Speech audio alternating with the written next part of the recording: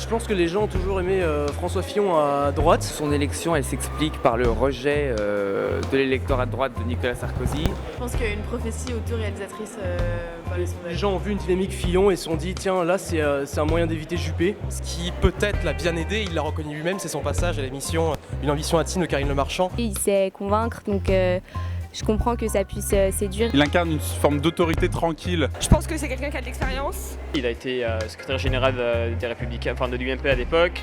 Il a été Premier ministre, c'est un très bon politicien. Il y avait une réelle adhésion à son programme, libéral sur le plan microéconomique et conservateur sur le plan des valeurs, sur le plan d'identité. François Fillon, ça représente vraiment la partie de la droite qui est extrêmement conservatrice. Il a été quand même le seul à dire qu'il faut mettre une tutelle administrative sur l'islam.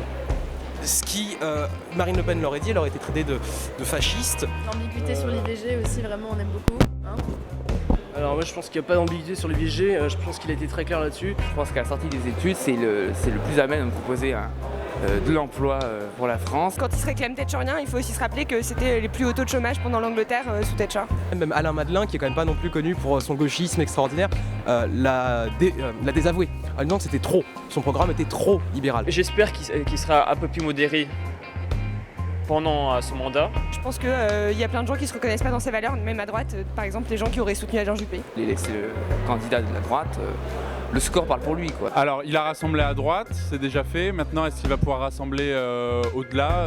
Les sondages nous disent que oui. C'est un vrai cadeau pour la gauche et pour Macron notamment qu'il ait remporté ses primaires, parce que ça va permettre un déplacement de l'électorat vers ses autres alternatives.